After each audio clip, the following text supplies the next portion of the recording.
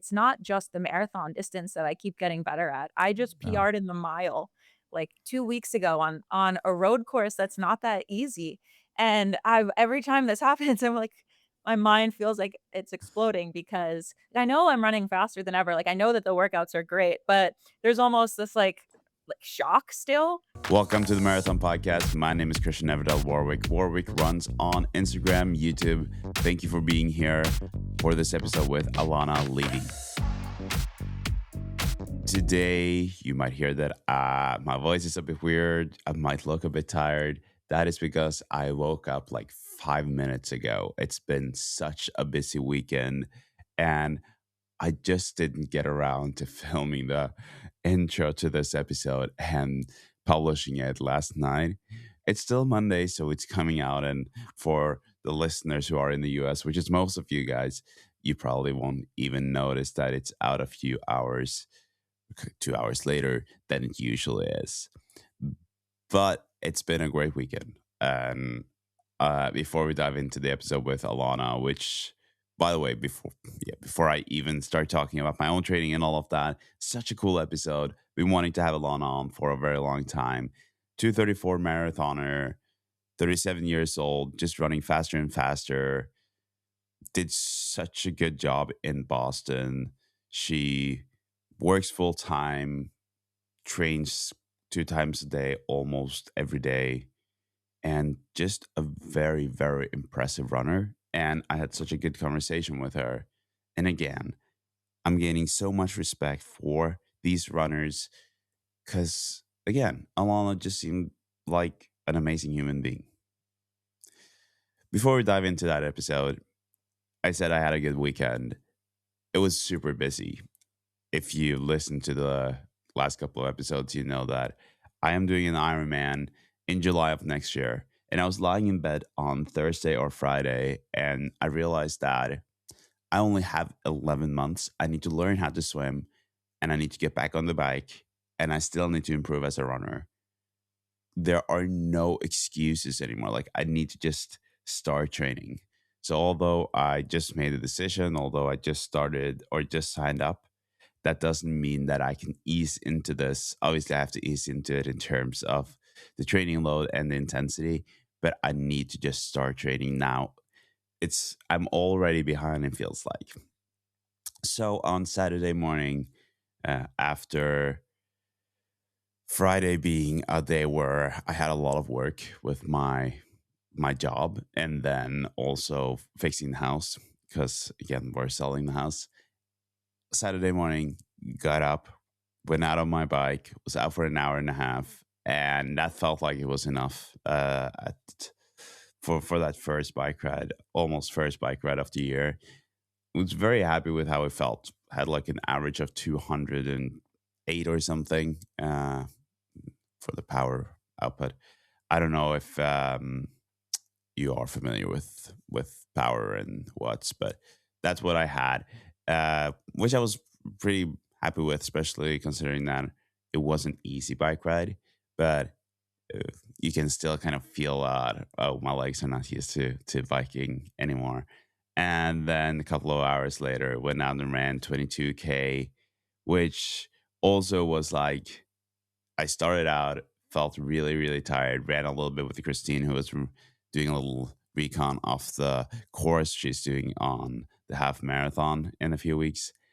And yeah, I felt so tired in the beginning, and I was like, how am I going to run a marathon after 180 kilometers of cycling when this feels like this after an hour and a half, 2 hours break in between, and then now just running easy.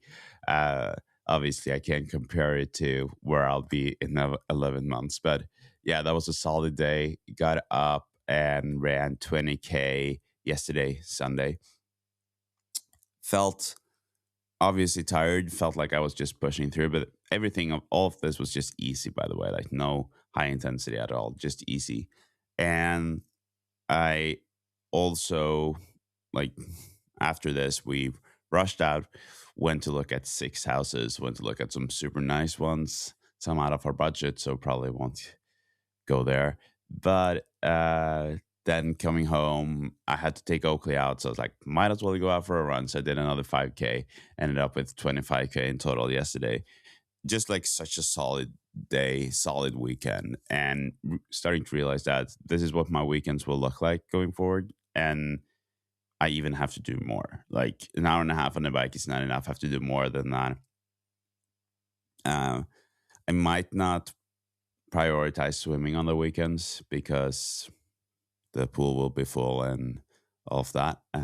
But yeah, solid weekend. Happy with that. It's nice to get back into that rhythm of just training a lot and doing it. But yeah, a lot of work to do. And I guess that's something that I'm realizing yet again that I signed up for something that is way, I don't know, not way too much, but it's going to be a challenge for sure. Sorry, I've talked for maybe too long already. I really want us to get to the conversation with Alana. I hope that you'll enjoy this. And also, how come Alana knows how to cross country ski? Enjoy this episode. Alana Levy, welcome to the Marathon Podcast. Finally, we're here. Yes, thank you so much for having me. I'm very excited to have you on. And I feel like there's one thing I have to address before we talk about running, and that's that I saw some photos of you cross country skiing in a Norwegian cross country skiing suit. That was pretty cool. Where did you get that one? Oh my gosh, I actually got it as a gift. But yeah, I now have competed in 2 cross country ski races. I've done, it's called the Birkie in Wisconsin. Hmm. But I participate in the Cordy. I think the Birkie is maybe a 50K and the Cordy is a 30K. So I did that 2 winters in a row. I love cross country skiing. Did you grow up doing that? No, I grew up downhill skiing, um, and I think I cross country skied maybe, like, once as a kid, classic style, and I found it, like, when you're a kid and you're like, "This is boring, like, why can't we go faster?" And now I absolutely love it. It kind of reminds me of cycling, like, you can just, like, go for a really long time and, like, your heart rate stays pretty low and you get to see so many beautiful things and there's no impact. Um, so yeah, I got really into it a couple of years ago, and it's kind of hard to, like, keep up, just because, like, living in New York, you don't really have great access, but I'm always thinking about different trips where I can potentially incorporate some cross country skiing. Would love to go in Norway or something someplace like that. Yeah, you should come over to Norway and then we can go cross country skiing. Are you my good? my sorry? I said, "Are you good? Have Did you grow up doing it?" I think that so obviously I wouldn't consider myself, I don't know. I think that as a non-Norwegian, most non-Norwegians would say I'm a good cross-country skier, right? Like, Okay. I can ski, but then again, most people in Norway are pretty good at cross-country skiing. It's Mhm. kind of the one sport that everyone does, and so yeah, it's a hard question to answer. To be honest, I would say I'm good, but maybe more in the scale where everyone who's not a Norwegian would probably be like, "Oh wow, he's good." I mean, I just feel like good form wins every day, and I think Yeah, every Norwegian, if you're like anyone growing up with it, knows the right form, whereas for me, sometimes I sort of feel like a baby deer, like, trying to stand up for the first time, and I yeah, just like, feels a little bit ridiculous, and sometimes I get into a good rhythm, and then but often I fall out of that rhythm and things, like, get a little sloppy, and I'm just very much relying on, like, my own power and fitness to move forward, so I'm jealous that you've had that for so long. yeah. It's a fun thing to do. We're not doing it enough. My wife is still learning how to cross country ski. I'm very impressed with her. She's also from the US and she didn't really grow up doing it, so I feel like she's improved quite a lot, and it's impressive to see because most people who are trying cross country skiing for the first time when you're not a kid, they will really struggle because there's some very basic things that you kind of need to learn as a kid. But some people, and it sounds like you're one of them, you're still able to learn. I don't know, I also saw a video of me recently when I was, like, I don't know, maybe 7 years old of me trying to learn how to roller skate. Like, they were or maybe they were, like, maybe, like, rollerblade light. They weren't I don't know, there was some cross between a roller skate and a rollerblade, and I also was quite bad at this, and I never really got much better, so it's a miracle that I am able to somewhat handle myself on skis. But I have to ask you before we leave the cross country skiing, because you did have that Norwegian speed suit. Yeah. So where did you get that one? So it was a gift, so I don't know where they got it from, but Oh, I okay. So it was not a gift from a Norwegian. It was a gift from no, just like someone else. another Yeah. skier. But I think because then I start you start once you start competing, you start wanting to get all of the good gear, and then you have to really ask yourself the hard questions on how much money you wanna spend on a sport that you're not that good at and, like, not necessarily that committed to. So and then it's like, "Oh, well, am I gonna wear the same speed suit 2 years in a row?" I'm pretty sure I did end up wearing the same, like, outfit for the race both times, but I think there was, like, a moment where I was thinking about buying another one, like, is there a different and then suddenly you're like, "Well, it's gotta be another Norwegian speed suit." Like, it's the top of the line like, it's the coolest looking one out there. Um, so yeah, I think there are just, like, places you can find online and then and some but yeah, you're in a whole new world of, like, Swix and, like, different brands that you've never heard of that are suddenly, very, like, I don't know, that you've never, like, thought to buy and now want everything from. Yeah, it's interesting, and that's I wanna transition to running then. And the first question on running: are you also the kind of person who can run like your next race in the same outfit as you did your last one? Um I mean, yes and no. I think it's fun to have a different outfit for different races, especially ones that are, like, special or meaningful in some way, but also it's like I have a team kit that I'm often wearing, and, I'm racing a lot, so it would be kind of ridiculous to wear the same thing all the t or sorry, a different thing all of the time, but so I think there's some sort of a balance where I'm trying to, wear different things, but also, uh have some tried and true, uniforms that I wear on more of a regular basis. Oh, I would say they're a pretty stylish runner, though. Wow, I appreciate that. Yeah, I I guess that's a compliment for all please, runners are probably dreaming about getting that compliment. like, But I have thought about it with you that you look really cool when you're running. I appreciate that because sometimes it's like I haven't really adopted, like, the bandana or, like, some of the, like, trendier looks. I'm still kind of, like, tried and true on the types of things that I've been wearing my whole life. Um, and, like, even, like, the same like Nike Pro shorts that I would wear in high school. I'm still repping right now. So it's a lot of just like the OG. And I also love because I'm a big Oakley fan, and Uh-huh. I've seen that you are rocking the Oakley sports sunglasses, which is like Yes. in Norway, people are joking about Norwegians being like that. Oakley sports sunglasses come with the passport of a Norwegian because we're wearing it for everything. Mhm. But in the US, I feel like it hasn't. It's not like all runners are wearing fast sports sunglasses, but you are, and I love that. I am always wearing the Oakleys, and I do love wearing them. I have those like I think they're the Oakley Radar Path EV or something. Yeah. I have them in 3 colors. Um, and yeah, I feel like that's not even enough colors, I need more. But I will say I also have a pair of Gooders that I have sometimes, like, switched into, and when I have worn those in Europe, I always feel Hmm. ridiculous because everybody like, I remember when I was training in St. Moritz and I would throw them on, I felt like such a clown because everyone's in the Oakleys there. Whereas in New York, I think there's a much wider range, so it kind of, like, depends on who the audience is. Yeah, I think so. I remember when I met my wife, and so I'm such an Oakley nerd that I over here I have an Oakley display with like Oh, 30 to 40 that's pair of yeah. sports sunglasses in there. No. So yeah, it's I have like all collections. I actually have like on my YouTube channel I've been making these yearly reviews of like the top 10 sports sunglasses, and it usually does pretty well. And yeah, so I've been addicted to it since I was 9 years old. My dog's name is Oakley, so I guess Wow. that yeah, Okay. probably a bit too much. Very much showing the Norwegian roots. Yes, yes. Yeah. Well, anyways, we've been talking for a few minutes already, and for the listeners who don't know who you are, will you please present yourself, who you are, what you're doing when you're not running, but also a little bit about your running story? Yeah, absolutely. My name is Alana. Sorry for chatting for several minutes about my running style and cross country skiing prior. I grew up just outside of New York City in Westchester County, but have been living in Manhattan for the past 15 years. I grew up running. I ran in college. I honestly had like a pretty disappointing college career and then sort of fell out of running for a while, like at least competitively. I was always kind of just jogging for fun.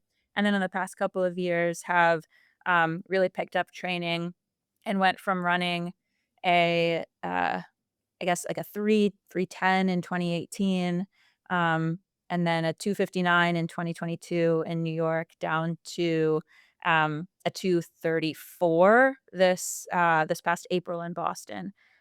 So has been a really cool, fun, surprising journey for me to just, like, get a lot faster over the past couple of years and start training really hard again.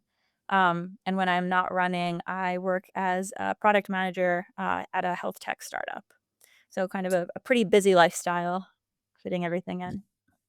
Yeah, I was before this episode when I was doing some more research that I was actually like, how does she find time for all of this? Because it's not like you have a tiny role at that company and then you're running a lot. And so, do you have like a super like strict structure to your days then to be able to fit everything in? Yeah, I think of just kind of running and all of these things as sort of non-negotiables within my life. So it's not like, oh, like I hope I get to run today or like, oh, it's busy, like I hope like something like that. It's like, okay, I'm going to need to run and I'm probably going to need to run twice. So how's it going to work?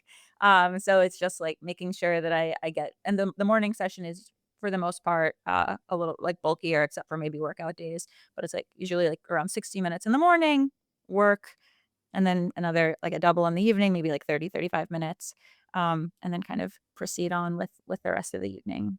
Um, Mhm. yeah, it just requires sort of that, like, time management, I guess.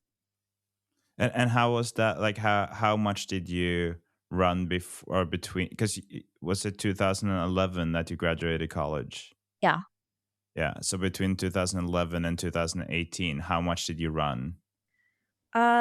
I was probably ranging between, like, 20 and 40 miles a week, usually running maybe, like, 4 or 5 days a week, dep and also, like, depending on if I don't know if I was training for something or not, because I was still racing in the interim, like, I ran the Brooklyn Half Marathon pretty much every year, I was popping into different local road races, so I was competitive, but just not in the same way, like, I was running maybe, like, a I was excited to break 1:30 in the half marathon, for example, so that was a big milestone for me, um so I was yeah, I was kind of just running a couple miles a day for the most part, and then even in 2018 and 2019, I joined Brooklyn Track Club then, but I wasn't competing or sorry, I wasn't, like, working out as hard or running as much, it was still, like, in that 30 to 45 mile range, and then it was really, like, 2020 when I amped things up, starting maybe at, like, 60 to 70 miles a week,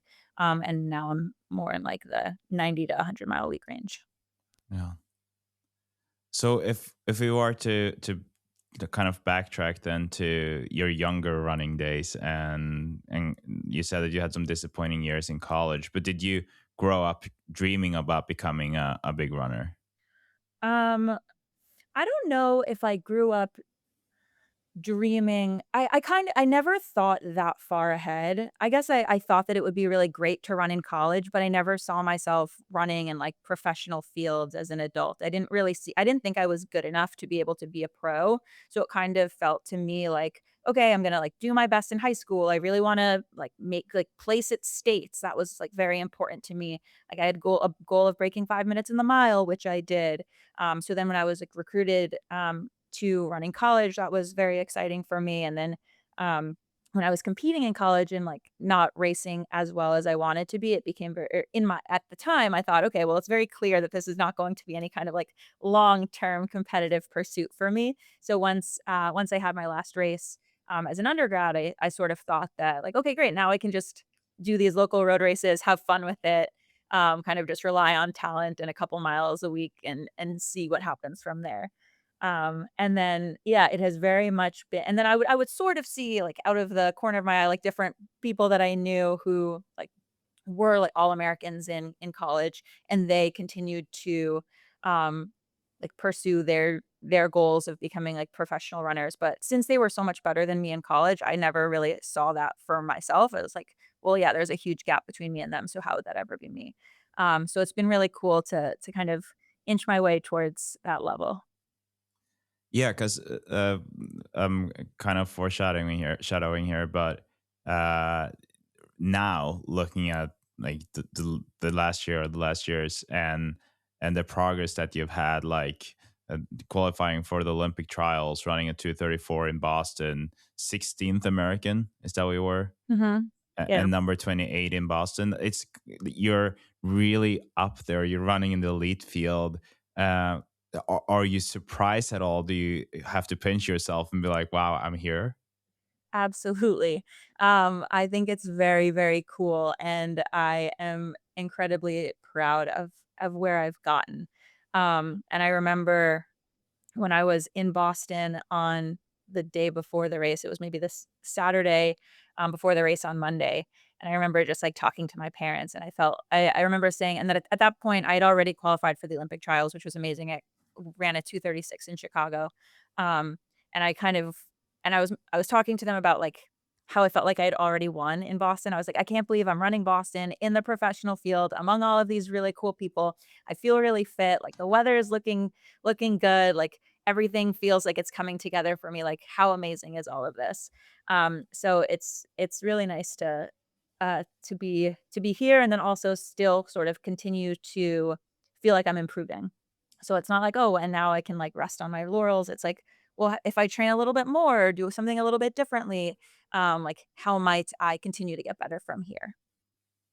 Yeah, because I was thinking about it that you have Boston and you obviously ran fast in Chicago as well, and then come this summer, and then Bandit has their Grand Prix race, and then you won that. Like there are so many things happening now where, at least from the outside, when I look at you, I look at you as a pro. So to be honest, when I saw that you have like the job and the position you have at that company, I was like, oh wow, I actually thought you were one of the pros. And I think it's also really cool to see the performances that you have these days, because I think you're a couple of years older than me, so it's like it's not we're not young and hopeful anymore. We're Yeah. kind of like, you know, pushing it. And I think it's really cool to see with the marathon distance that it's possible to really perform and do well even when you're not like early 20s. Well, I mean, honestly, what has been most surprising for me is that it's not just the marathon distance that I keep getting better at. I just No. PR'd in the mile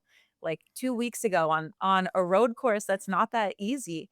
And I've every time this happens, I'm like my mind feels like it's exploding because I know I'm running faster than ever. Like I know that the workouts are great, but there's almost this like shock still every time it happens when I see those performances go up.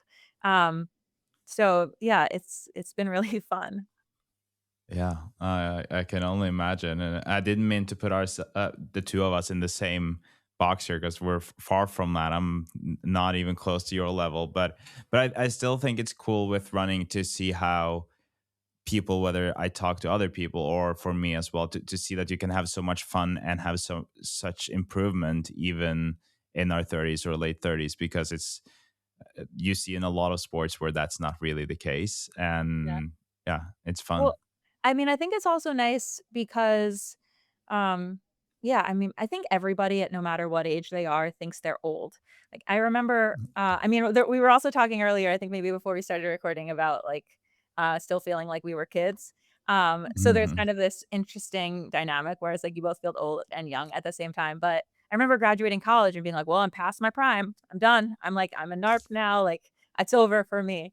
But at the same time, you see people who are like, in their mid to late 20s, and it's like, yeah, probably should hang up the spikes soon. Like we're getting old, or it's like they hit 30, it's like, the dream's over.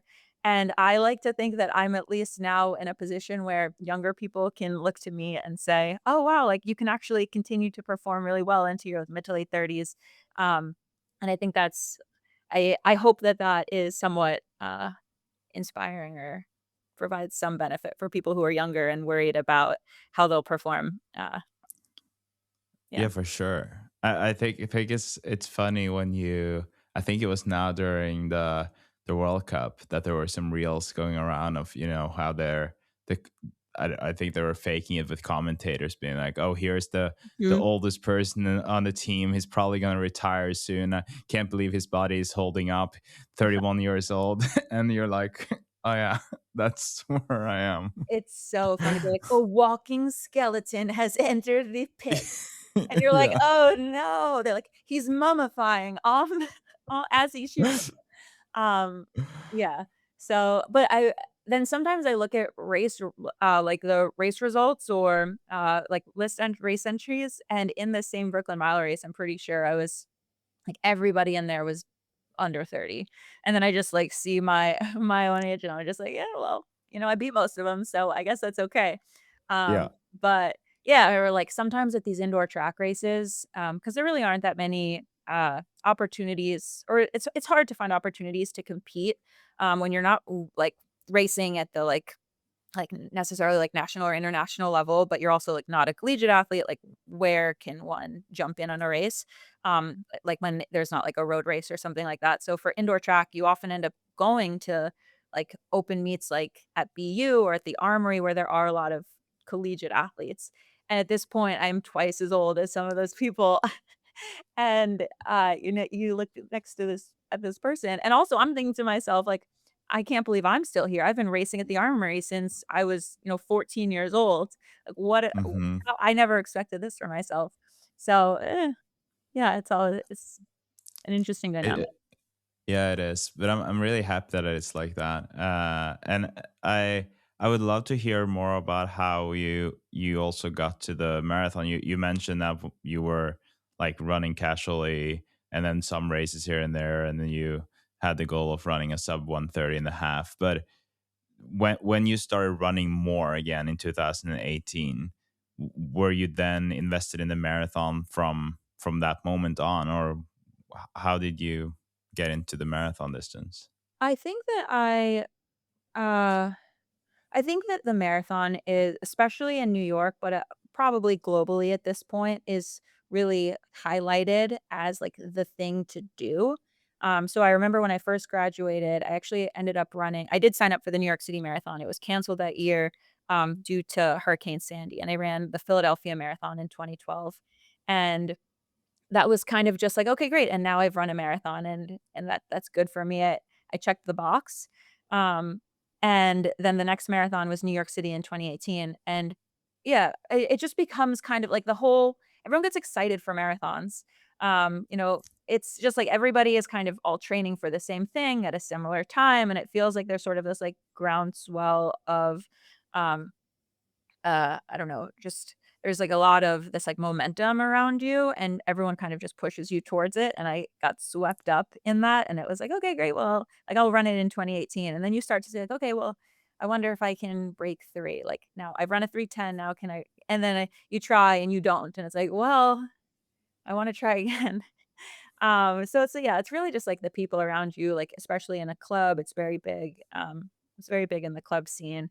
Um, so yeah, there wasn't really a moment where I was ever, like or that early where I was thinking, "Oh, I'm gonna be a marathoner now." It was more like, "I will run the marathon." Um, and then I think only recently where I've actually started to, like, get a lot better, at it, that I've decided that, like, "Oh, I got get better at it and start to really enjoy the process of training for it, where I've decided that, like, I identify as a marathoner now, and I, like, want to run marathons, and often, like, more than just, like, the one New York City marathon a year, like, try them out in new places and different courses and things like that. Hmm. And I, you already mentioned how you've been getting faster at the shorter distances, uh, even recently. But do you feel like the progress in the marathon almost just came as a result of all of your training rather than you really putting a lot of effort into being like, now I'm gonna start running very fast marathons? Or how did you get all that progress that you've had over the last few years? Um, I think like, just building up mileage and that aerobic base has helped me in the marathon as well as other events too. So, uh, yeah, just, like, making sure that it's not I don't necessarily even think about, like, "Oh, I'm gonna do a marathon build now." Like, I'm already running 90 something miles a week, and I'm not racing another marathon until December. So it's kind of like, yeah, I'll, like, do longer long runs, and I might, like, switch the training to be a little bit more marathon specific within, like, the preceding, I don't know, say, like, 12 weeks, who knows? Um, but, like, I feel like I always kind of just, like, have this really high base now, and then it's kind of just, like, tinkering with it to be like, "Oh, well, I wanna run a mile or I wanna do a 5K," and, like, what are the, like, couple of specific workouts that I might do to sort of just, like, move me a little bit closer towards that, at different times of the year. Yeah. So was it almost, I don't want to say random because it's obviously like you are training and you're putting in the work, but when you started, so you had that 310 and then you do a sub 3 and then you slowly move towards like faster times. Was that just a result of all of your running in general, or was it very intentionally being like, now I'm gonna do some more marathon specific trainings or workouts because I want to run faster in the marathon? So I started working with a coach in 2022. Um, and I think that like helped a lot. I do think the volume helped a lot. And it's been very progressive in terms of like the volume and the workout types and the workout difficulties and how many workouts I'm doing a week.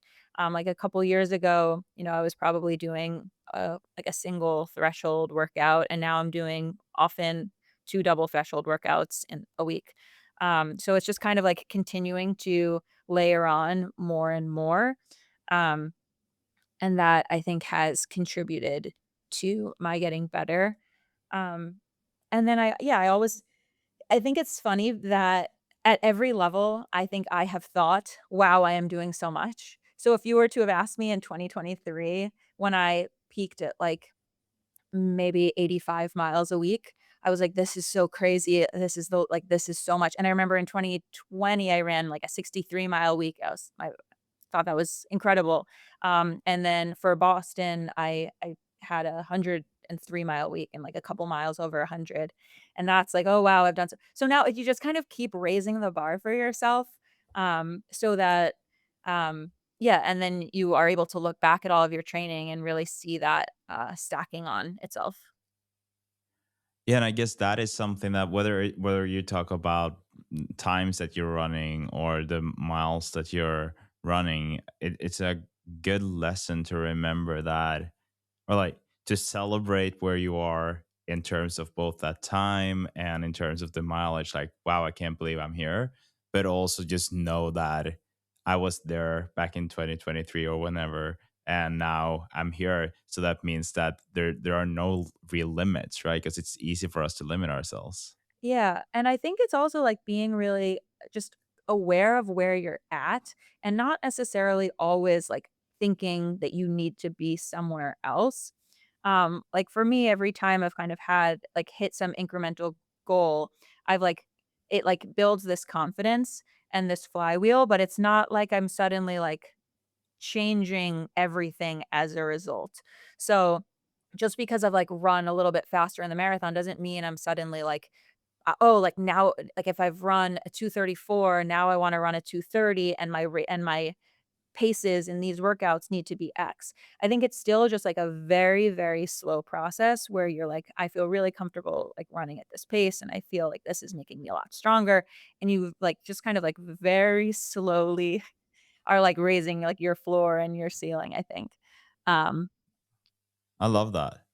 I think that's where that like wisdom comes out, right? Like that's probably something that an 18-year-old would not say, but then when you've like, I can tell myself as well that I'm sometimes I think that just the years of having been an athlete makes me, and not necessarily in always in a good way for me. I'm kind of like I might be like more like, oh yeah, I have to do it like this, and I have to be. But it sounds like, especially with running, because it's so smart to have that approach that you have. Because if you if you become greedy or you get greedy like that, it's so easy to get injuries as well, right? So Sure. it's just it's really cool to hear how you've also been able to get uh from when you said 63 miles felt like a lot to now being over 100. And it's over years. Like I think that's something that a lot of people need to, when they listen to this, need to listen, because it's easy to be like that 5 to 10% rule, and then obviously if you do that for a full year, then you're gonna increase your mileage so much. But looking at you, it's like it's not 1 year, it's been several years of building this up. Yeah, I think people newer to the sport or newer to the distance are, um, I don't know, they might see other athletes or social media, how much other people are doing and think, "I need to do that too in order to be at that level." And I think you can do that, but it should just, like you need to work towards getting there, and I feel lucky in a way that, like, I don't know, I think I kind of there, like, wasn't as much social media when I was growing up, so that, like, when I was in high school, I wasn't ever, like, comparing my training to other people's training, and Hmm. I kind of just, like, always just trusted my coaches, and now I, like, have this base, and I've, like, just kind of, like, slowly added things and haven't really been as affected by, like, when I see like, if I see a pro who's running 115 miles a week, my response isn't, "I also need to run 115 miles a week." It's like, I'm sure they have something different going on than what I currently have. So yeah, I think people can lead themselves into a little bit of trouble if they just try to, you know, uh, mimic someone else's training. Um, Especially because, yeah, sort of like a lot of this stuff is really like, you've gotta just keep on doing it. It's just like, you've gotta commit to the process where it's like, and you can, like, gain so much confidence off of that process. So for me, I often do these, like, pretty, like, easy threshold workouts on Tuesday mornings where it's like 4 by 4 minutes, 4 by 5 minutes, 4 by 10 minutes, like, whatever it is, that's 4 by 10 minutes is probably, like, the most it would be, and it's at, like, 6-minute pace, maybe 5:50, maybe 6:10. It's like it's a range, and it's always the same. So I always know I'm gonna be able to do it. You know what I mean? And it's like it's not Yeah. and I'm not ever like, now you have to run 5:40 pace so that to show that you're better. It's like you don't need to prove yourself in this workout. You just need to hit the workout and like the benefit is there. Like you don't need to do too much all the time. You just need to keep doing the things and like it's a very, very slow process. It's so interesting when you're saying this, because I feel like through this podcast, having talked to a lot of athletes, but also back when I was a speed skater and seeing the athletes that really succeeded, I could usually, and I hated that myself because I was the opposite, but like the people who were more like, we'll see how fast I can go, or like, well, we'll see. I'm just doing this now, and then I don't know if I'm doing it next year, or I'm doing this, and maybe even some of the workouts, it was like no perfect workouts. It's just like I'm not stacking another workout. And it seems like that is the best approach to have. And I don't know if you have that same approach to races as well, where you are more sure you're also nervous and all of that, but that you might have a more relaxed approach to races. Because it sounds like that's the kind of person you are, but maybe races are different. I don't know. No, it's so funny where it's like I feel like before most races, I'm like, "Yeah, we'll see how fast I can go." Like, I don't know, Yeah. like, Okay. um, but I do get anxious for the bigger races. Like, I'll get anxious about a marathon because they're so much more rare. I get less anxious Mm, for, um the shorter distances because you can just like, if you have a 5K, you can run another 5K the next week, yeah. and you don't have to change your whole life for it, but for a marathon, it feels like you've put a lot of work into it and you really wanna see it pay off, so, like, I'll even be anxious about something I can't change, like the weather, just to, like I'll be worried that it's going to be a hot day or whatever it might be, um, but from a time perspective, I would say it's kind of like I'll often try to, like, think about what the goal could be. It's like and then, as soon as you start, you realize that that's not it's your body is going to take over and it's all on feel anyway. And it's like, "Oh, does this 5:56 feel hard or does it feel normal?" Um, so I think so yeah, I think there's a balance probably that I strike where, it's like I I don't know. We'll see how fast I can go. We'll see what happens. I love that. But did you also feel like that when you got closer to like the OTQ? Because I mean, as an American runner, the OTQ is it's a big deal, Mhm. and qualifying is huge. So, mm, do you have the same approach to that? I would say the OTQ was a different approach. That was more of an exception. Um, that was my first time saying out loud to people, "I really want to hit this goal and do this thing," and I felt like I had put so much into it. I had, like, gone to train at altitude for the first time, and it was something that I really wanted, and that's also a situation where you're like, "I'm going to hit this specific time," and, uh so yeah, I very much went into that saying, like, "Okay, this is, like, the range of paces I'm going to hit each mile." Like, I wanna be somewhere between, like, 5:55 and, like, 6:03, each mile, and, like, go through the half, like, at pace, maybe, like, slightly above, and then just, like, see what I have from there. So that was very pace driven. Boston was much less like that, especially because of, like, how the course goes and with the hills. I was actually, like, quite nervous about how it would feel going into um, the hills there. And then I ended up feeling good. So that was and it ended up being, like, quite even, and then, like, I was able to pick it up the last 10K, which was great. Yeah. Before we dive into more of the specifics of your training, I'm curious to hear, obviously coming from Chicago with that OTQ, I'm sure there's some confidence that comes with running the OTQ as well, and then heading into Boston. How was that whole experience for you? You mentioned telling your parents that you were just happy to be there, but running on that day and also running so well. Can you describe it somehow? There is definitely a lot of confidence coming from running the time, and I would also say there was a lot of, like, just positive positivity around, like, setting my mind to something and being able to do it. Um, because I remember there was a time in the race in Chicago, maybe there was probably around, like, 10K left, and that's when you're starting to hurt and you're, like, still looking at your watch. I was seeing that I was still on pace, and I was just like, "Okay, like, you got this," and there's a voice where you're like, "Okay, well, like, I can always run this again. It would be a PR for me to run a 2:37 something, and I can still do that, and I'll be happy." And I remember this voice inside my head coming out. It was just like, don't leave this to chance. Like, you do not wanna do this. You can do this right now. You don't wanna have to run it again. Don't leave it to chance. Keep going. And then I went through, with 1 mile to go. I had exactly 6 minutes, and I went as fast as I could from there. Um, going into Boston, um, I don't it I don't know. I think I had some confidence in, like, the training that I had. I was like, "I've already run a 2:36, like, I feel really good about where I am." It's a harder course. If I run the same time or a little faster, like, that would be amazing. I thought on a great day, I would be able to run, like, a 2:35. It's always really hard, though, going into like a pro field, marathon race because you're not really sure how it's gonna play out, um, because when you're towards the back of the pack, which is where I am in those kinds of races, it can be pretty light and, like, there might not be people around you to race. So in New York, I ran in the pro field in 2024, and I was solo for about 18 miles where I, like, couldn't even see somebody ahead of me because the women started, I think, 35 minutes before, the men.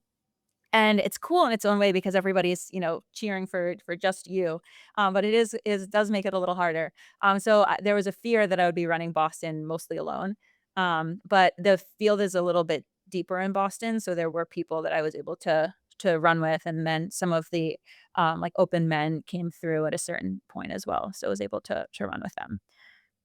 But Yeah. And how was it then to uh, you said you didn't know about the hills and you solved them, and then running a 2:34 in Boston and doing that well. How is it to cross that finish line in Boston? I mean, I have never done any extraordinary performances in Boston, but still for me crossing that finish line is really special, and I can't imagine how it is when you run a race like you did. It was so I was terrified of the hills. I knew they started at around 16 miles and there would be 4 significant hills. And I knew that there was potentially some, or like I knew there was gonna be a downhill after each one or like a down or flat. So I just didn't know how they would feel and how my pace would adjust as a result. So in my head, I thought like I could easily lose like 30 seconds a mile. I wasn't really sure. And I basically made up for it on every downhill. And none of the every time I, like, went up a hill, I was kind of like, "Oh, okay, that wasn't that bad." Like, I'm still feeling fine, and the time is actually, like, basically the same. And then I remember I, like, got to the top of Heartbreak Hill, and I knew that it was kind of like a downhill to flat finish, and I almost started crying because I was like, "I've done it, like, I'm running so fast, I feel good, I'm done with the hills, like, this is incredible, now I get to cruise," and I just started picking it up from there, and it's so fun to, like, feel good at the end of the marathon, and that's when there start to be so many people lining the course as well. So, I felt like I was flying, I felt like I had the support of everybody around me. I knew that my parents were in the at the finish line where they're the stadium seats. So Yeah. I was just super excited to kind of like go through the historic finish and like I knew everybody like be like my family was watching me and it was really nice. It was really great. Yeah. And how is it then after? Because before we start talking about your training, following you on social media after, I feel like there were obviously a lot of things happening, it seemed like, and also the months after. And I don't know when, but I saw this video on YouTube, this like viral video of them asking you. I don't even remember what it was that they were asking you, something about what your training looked like or Mhm. something like that. Um, I guess you can explain what that was because you're better than me at doing that. Um, so I've And ac also, was it rigged or was it, because that's always, I've always been curious about that when they approach people on the oh my street. Is gosh. it like random No, it was or? not rigged. Okay, and that was nothing to do with Boston and happened actually years ago. So, basically what happened Ah, was that video, it was a Body by Mark video, and off I live in Nolita, which is, like, right next to Soho, and all of these influencers, like, kind of, like, are in Soho, the West Village, and, like, I go to the Soho Equinox to like, as a gym. So I was just, like, going to lift at Equinox, and I was on my way there, it's, like, 3 blocks from my apartment, and this man kind of just, like I'm seeing he's, like, recording me, and he which is a little bit jarring when you're not expecting to be recorded. You're just, like, going to the gym, like, looking however you look on the way to the gym, and he was like, "I think you're the fittest girl I've ever seen, like, what do you do for workouts?" So this was just after I had run the Berlin Marathon in 2023, and I had run a 2:48, and I was running, like, 70 to 80 miles a week, and we kind of just, like, talked about that. So it was not staged, and, it was in 2023, and it went viral in 2023 on TikTok, and then I think he reposted it to YouTube and to, like, Instagram Reels or something, so it has recently resurfaced. okay, yeah, because I saw it after, so I thought, so in my head, because so first of all, that concept would never fly in Norway. So Norway got a lot of attention during the World Cup for being super nice and all of that. But if you meet a Norwegian who's not drunk, he or she is usually pretty cold. So it's not like you're, and if you approach people on the streets, you're people are just gonna look weirdly at you. And so when I saw it, I was like, oh, it must have been staged. And it must have been that that person knew who you were after Boston or something like that. Because that was just my first thought. But Yeah. okay. No, it kills me the idea that, like 'cause then there was, like, a Let's Run thread about it, and, like, someone was like, "Oh, like, this is state," and I was like, "Oh, no, I would never do that." That's or I don't know, so it's kinda silly. Well, And I didn't think it was staged more than thinking that that moment happened before and then he asked if he could then film you, and then so I figured he didn't know that person, but more I always thought that they would ask before starting to film, so that's funny that he didn't.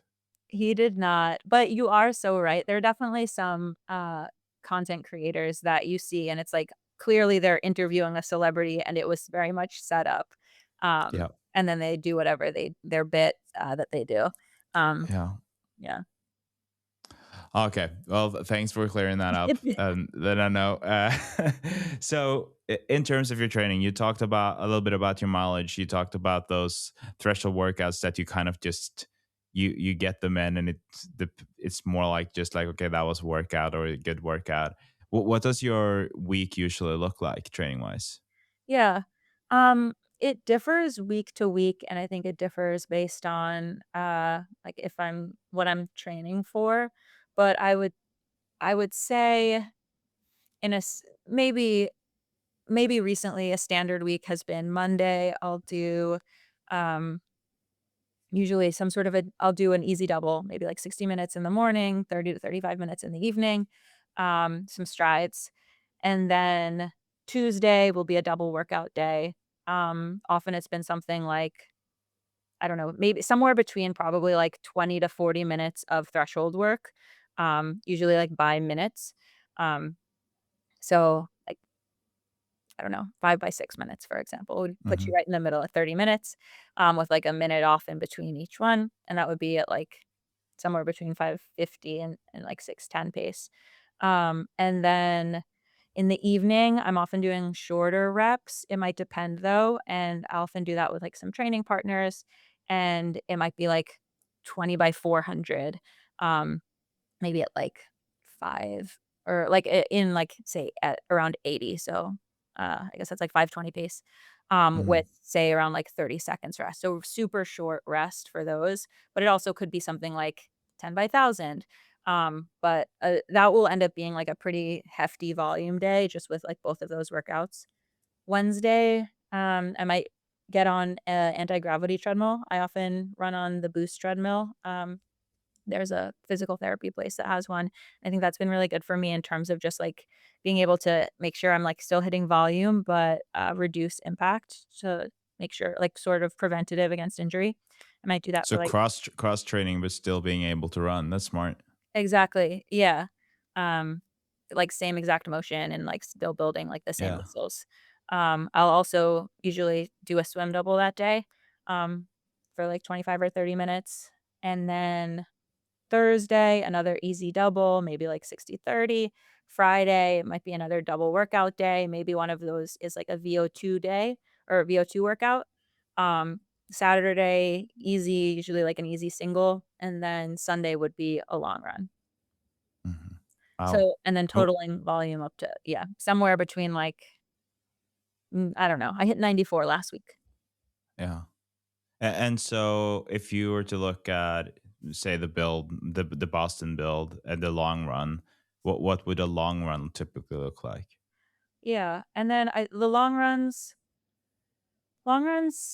differ, depending on whether or not we're putting any kind of, like, structure or quality within them, but I would say they're usually, anywhere between 16 and 22 miles.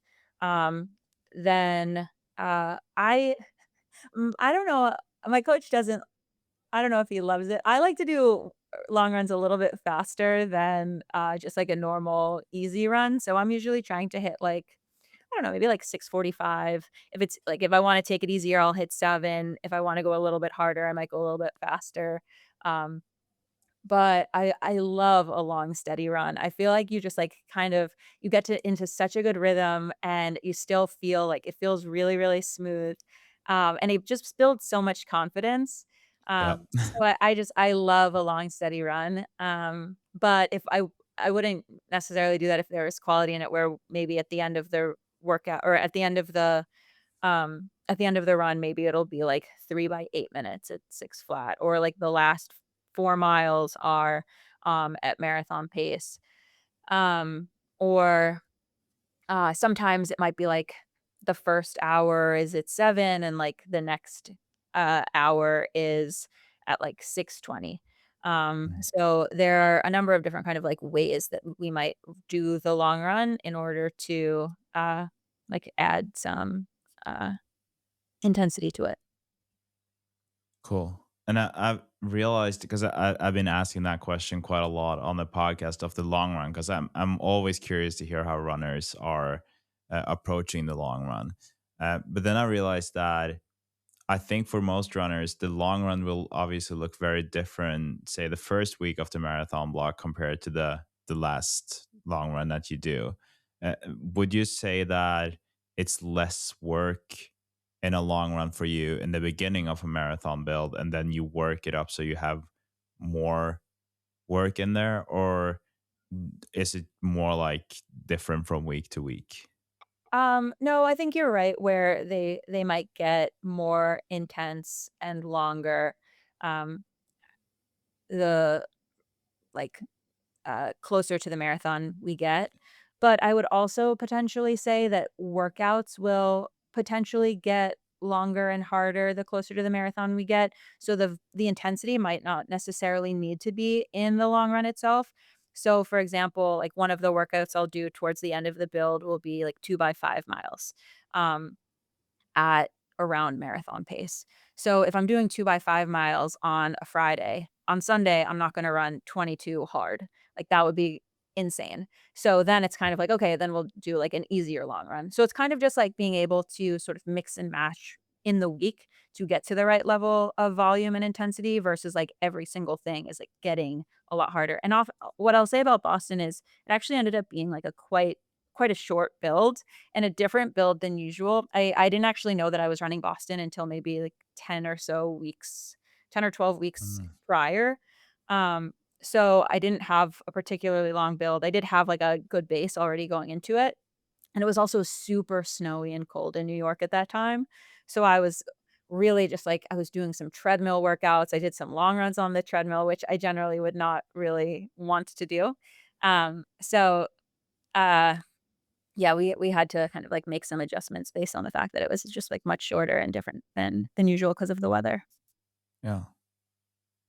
I also hear when you talk about your workouts, not just in the long run, but in general, if we look at your marathon pace, your workout paces aren't like it's not necessarily that much faster. Like obviously it's a bit faster, but uh, how often during a marathon build would you say that you're really, really tired or exhausted from a workout or during a workout? Not necessarily after, but just like catching your breath and looking at your watch, being like, "Am I done soon?"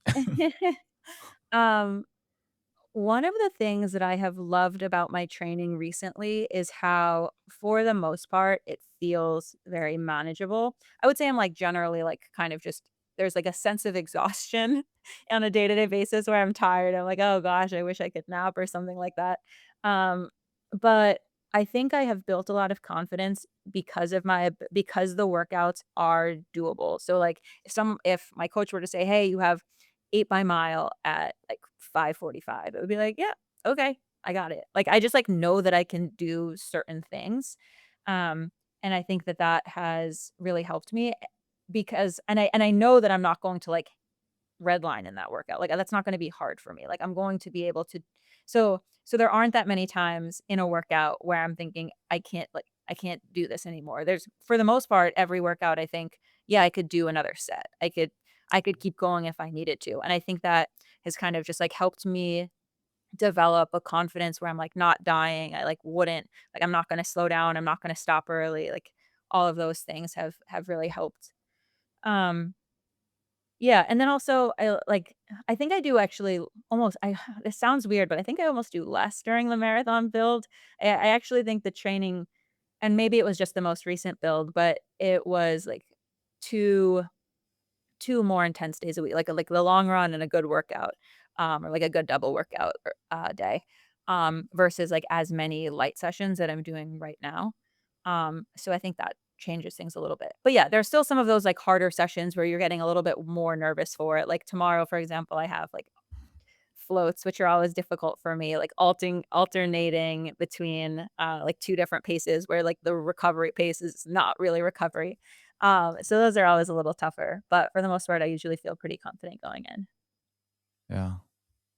And how much do you enjoy all of it? I saw this video that was posted recently where I love the way they made it. By the way, where you said something about like running makes me feel free, but I can't say that or I shouldn't say that. What I don't know how you phrased it, but But it seems like you're really enjoying running, but also when you're talking about your week, it's pretty intense of like doubling just about all the time.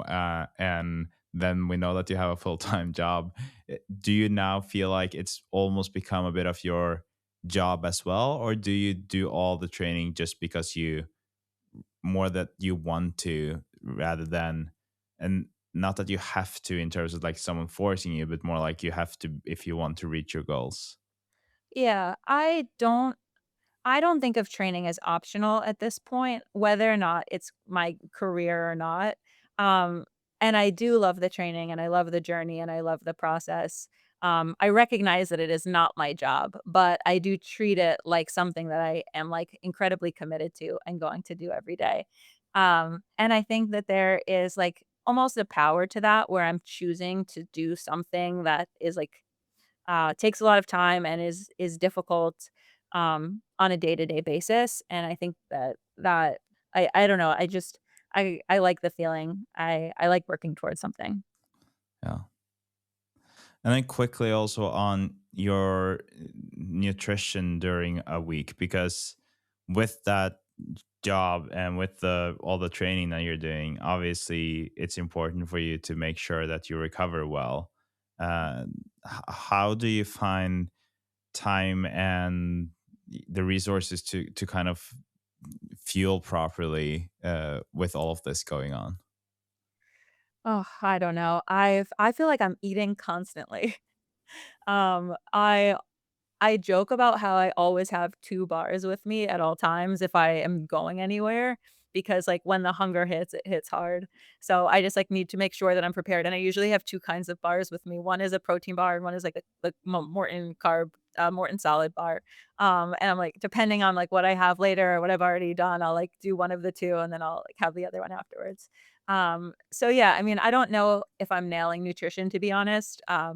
I I'm not calculating what I'm eating on a daily basis. I think maybe, like, the couple days leading up to a marathon, I might, like, calculate to make sure I've had enough carbs, but on a day-to-day basis, it's kind of like, "Okay, this is, like, generally the kind of thing that I have every day, and it works," and I'm like, "Okay, I'm gonna have to run later. What does that mean for, like, how much I should eat, what type of food I should eat?"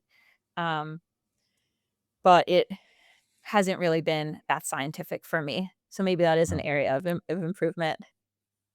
It sounds like things are working pretty well for you anyways. I think that, or the one thing that I was thinking about, and feel like a broken record now because we talk about the age thing, but I guess it's because I can really feel myself these days that that energy or the recovery time that I once had when I was like early 20s or when I was in my teens, where it just didn't feel like I could get really tired. I could just do whatever I wanted. And obviously I was sleeping, but still, uh, do you feel like your recover that you have to be more cautious with your recovery now than you were, whether it's a few years ago, but also when you were, say, a college runner? I think it's really hard to compare because my lifestyle was so different when I was younger, and also I was training in such a different way when I was younger. So in college, I actually a friend of mine just sent me her training log from college. So it was really interesting to actually see what we were doing in like 2010, 2009, and compare that to what I'm doing now. But it was actually really low volume. When I was when and I was a mid distance runner. I was running the mile and the 800, but I was running maybe like 40 something miles a week in college, maybe 50. Um, and the intensity was much higher. I felt like I was like doing workouts a lot more. Um, and I remember always feeling tired and unprepared for the next workout. Whereas I guess now I guess I do have more rest days between workouts, but I'm running twice as much.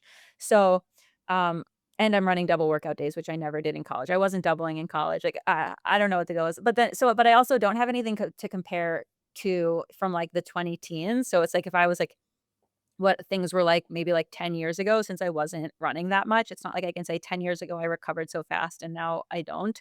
Um, so and then even, like, 5 years ago, it's like, okay, I was running 60 miles a week. Like, I don't Yeah. I don't know. So it's hard to actually, like know if I am recovering differently than when I was younger. I know that I haven't gotten, like, a bone injury or, um, uh, any kind of I haven't been injured in quite some time, whereas I used to get injured all the time. So I think that is interesting. I do kind of, like, have sort of, like, aches I have aches and I feel like I'm always, like, teetering on something, but I do a lot of, like, strength training and PT to prevent against that. And then now I think, though, also there's, like, my lifestyle is so much healthier than when I was younger. When I was younger, I was, like, drinking a lot more, staying out later, um, and, I didn't and I was just kind of accepting that I would just have to run through a hangover the next day, whereas now I really barely drink, like, I'll go to, like, the sauna and the ice bath, and, like, that to me Yeah. sounds like a wonderful way to spend an evening, whereas that probably wasn't how I would have spent, an evening, like a Thursday night when I was younger. Exactly. And you also made me think about how, because you said it's hard to compare, and that first of all, it sounds like you almost gotten better at recovery now. So your recovery might actually be better now than it was. But I also feel like there are some things that we might, we talk about how recovery time gets longer when you get older, but it could also be that there are so many other things in our lives that will affect our recovery, right? Like all of a sudden we talked about it before we started recording, like you're a house owner, and so Uh-huh. today, for instance, I've been painting the ceiling, I've been oiling the counters, and doing physical work, but also worrying about everything. It's like, oh, will this affect the sale or will this not? And so there's a mental thing, and then you have financial things that you have to actually think about, whether it's something that you have to worry about or not, but it's more like you have more responsibility. When you're younger, it's more like you get up, go to school, come home and eat, and then you work out, and that's kind of life. it's it's a more simple living, I guess. So in some ways you should recover faster. Yes, I think there are so many different things that you need to think about as an adult that you didn't necessarily need to think about when you were younger, and stress plays a huge role in recovery. I remember being stressed when I was at school, though. It was kind of like, "Oh, I have to Yeah, study for this test. I have this thing coming up," and, you can make yourself anxious about that's anything true. if you try hard enough, so Yeah. but yeah, so I think no matter, like, what age you're at, there's always something that you can be worried about if you put your energy towards that. Yeah, Um, for sure. your house is gonna be beautiful and uh, the cells yeah, work out great. thank you. Appreciate that. You have inspired me though, since I didn't get my run in today because of all the work I had to do. And so at the beginning of our chat, when you said it's not optional at this point, I'm gonna go out and go for a little run after our recording, although it's 9 p.m. here. Oh, the Yeah. I hate a run in the dark. Yeah, me too. But luckily it's not super dark here yet. Okay. Yeah, it's Norway. Yeah, I uh, mean, honestly, that's why I feel like running in the morning is so important because it is tough once the day gets away from you to, like, come back and say, like, "Ah, I yep, really need to do this." exactly. No, that's where I feel like I miss the times where, like, when you talk about your double days, like I missed that because I used to have like 2 to 3 trainings a day when I Mhm. was younger, and then it was always just like that was just what life was like, and I didn't really have to think that much about it.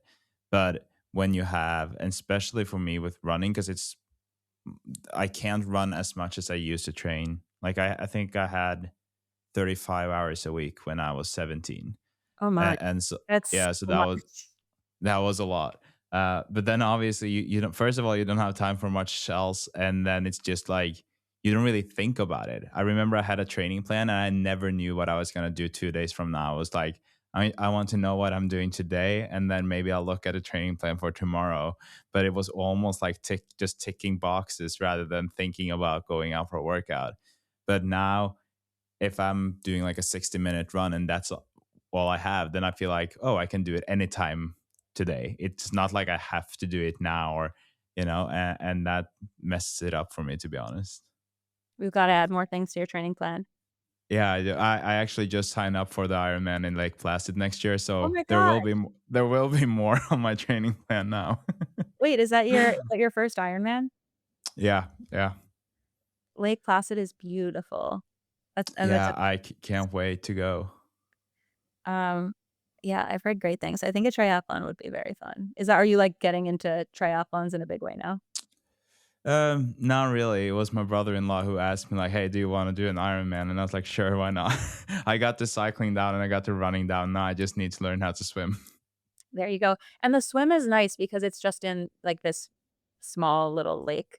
Yeah, So, yeah, there's nothing too scary about it. It's not really like open uh, water feel. and I think it'll be fun. I'm excited about it, and I think it's just a great way to force myself to like you said, get back into the more trainings every day and being more systematic. Mhm. There you go. All your Yeah, problems are solved. exactly. Alana, I've loved chatting to you and getting to know you. But I have to ask you before we end this conversation, what are your thoughts on your running going forward? Because I feel like you just touched the surface here of what is to come for you. Um, what are my thoughts on running going forward? I'm excited for what's coming. I'm running the Valencia Marathon in December, Oh, and me too. Then I'll see you really? there. Oh my gosh, Yeah. amazing. I'm excited. Every time I hear that someone's running, I get so excited. It'll be a good crew. 2 of my training partners are also doing it. Have you run Valencia before? No, I'm not. No. I've heard such So good it'll be things. fun. Yeah. Yeah. So I'm doing that. Goal is to run as fast as I can. I think that means, like, starting to chip away, getting as close to 2:30 as I can. But we'll see. And also, like, one of my goals are always kind of just, like, feel like you've competed. I There's nothing worse than racing and feeling like you've given up on yourself or something like that where you know that you could have given more, so I just wanna make sure that I've, like, really given everything. Um, and training is going well for that, so I Mhm. think currently set up well. And then, yeah, I'm trying to think through what 2027 looks like to, kind of lead me into the 2028 trials.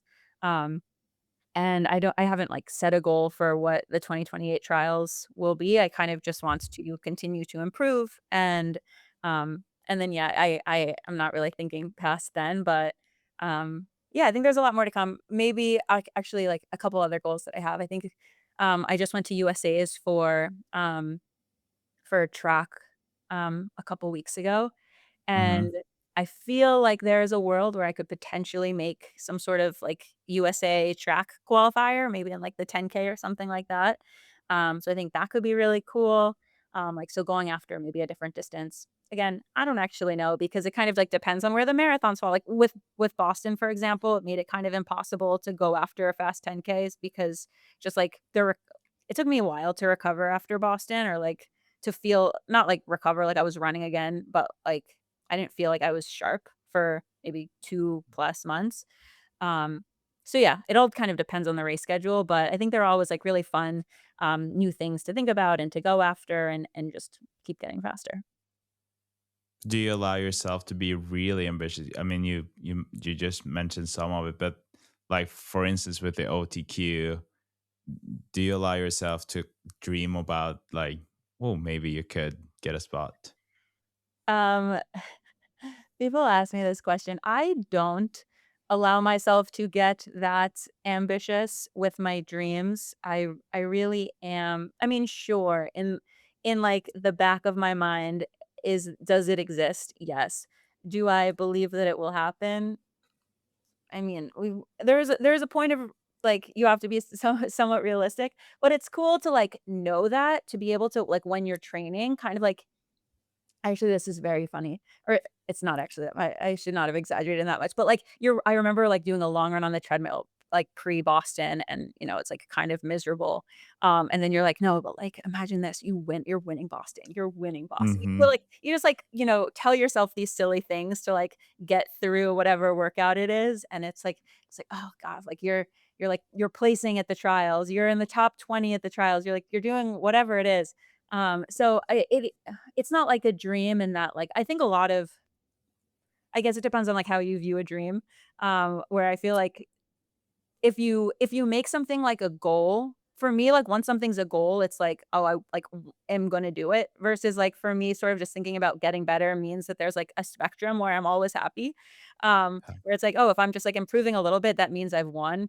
versus, like, "Oh, like, I have lost because I didn't hit X." Um, Yeah, so, that makes sense.